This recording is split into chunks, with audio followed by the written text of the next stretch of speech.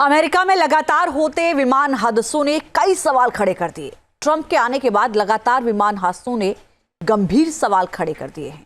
क्या ये ट्रंप के खिलाफ कोई इंटरनेशनल साजिश है या ये हादसा है या फिर कोई साजिश? ये रिपोर्ट से समझिए।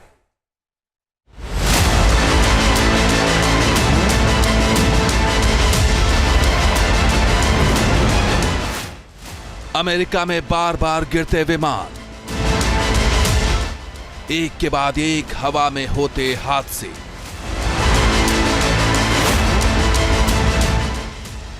एक नहीं, दो नहीं, बल्कि तीन हवाई हादसों से दहल उठा अमेरिका। हवा में उड़ने वाला विमान आग का गोला बन रहा है।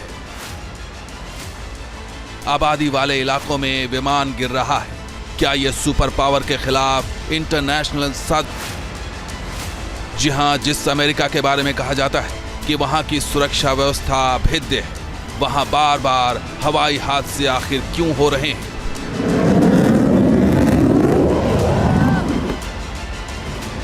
पहले अलास्का में F-35 वाला हादसा, फिर व्हाइट हाउस और पेंटागन के पास दो विमानों की टक्कर, और अब जान बचाने वाली एयर एम्बुलेंस बन गई उड़ता ताबूत।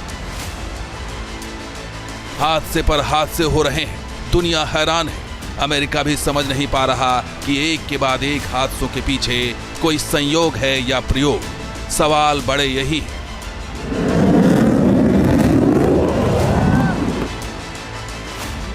ये हवाई सुरक्षा में चूक है या सबसे बड़ी साजिश?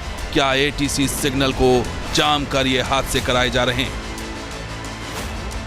इन हादसों को लेकर कई थ्योरीज भी सामने आ रही है। कोई इसे हादसा कह रहा है तो किसी को इसमें साजिश की बू आ रही है। साजिश वाला एंगल इसलिए भी सामने आ रहा है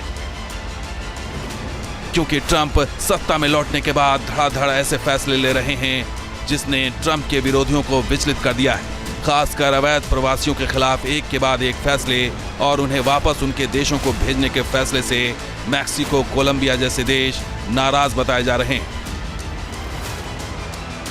तो वहीं पनामा कैनाल, ग्रीनलैंड को लेकर ट्रंप के बयान से यूरोपियन यूनियन से लेकर चीन तक में खलबली मची हुई है। इतना ही नहीं, ट्रंप के आने से ईरान भी बौखलाया हुआ है। ऐसे में सवाल उठना लाजमी है कि क्या हवाई हादसे के पीछे ईरान का हाथ है? क्या ट्रंप को बदनाम करने की यह इंटरनेशनल साजिश है? क्या हवाई हादसों के पीछे रूस का हाथ है? क्या इन हवाई हादसों के पीछे ट्रंप के विरोधी हैं? इन हवाई हादसों को लेकर खुद ट्रंप ने भी सवाल उठाए थे। वॉशिंगटन हादसे के बाद ट्रंप ने सोशल मीडिया X पर लिखा था कि प्लेन एक तय रूटीन पर रनवे की तरफ बढ़ रहा था, लेकिन अचानक से हेलीकॉप्टर सीधे प्लेन की ओर जाने लगा।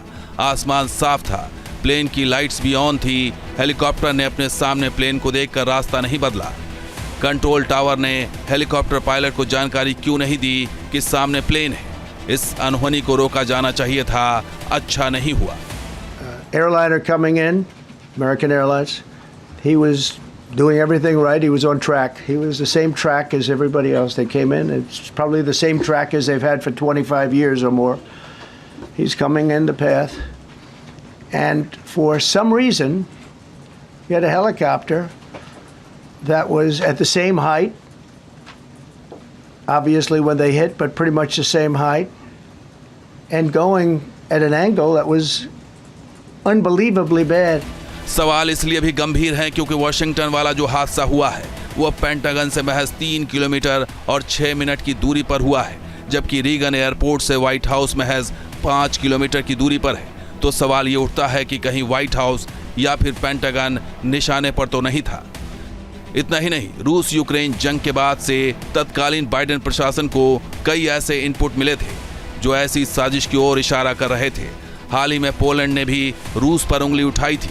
15 जनवरी को पोलैंड के प्रधानमंत्री डोनाल्ड टस्क ने विमानों को लेकर रूस पर बड़े अटैक की प्लानिंग का आरोप लगाया था।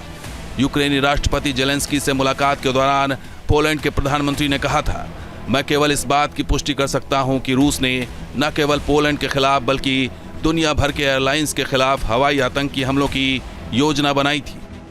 पश्चिमी देश पुतिन पर हाइब्रिड वॉर के तहत यूरोपियन परिवहन के बुनियादी ढांचे को नष्ट करने और GPS सिग्नल को जाम करने का आरोप पहले ही लगा चुके हैं। ऐसे में इन हादसों की तह तक जाना जरूरी है ताकि दूध का दूध और पानी का पानी हो सके। Team news nation.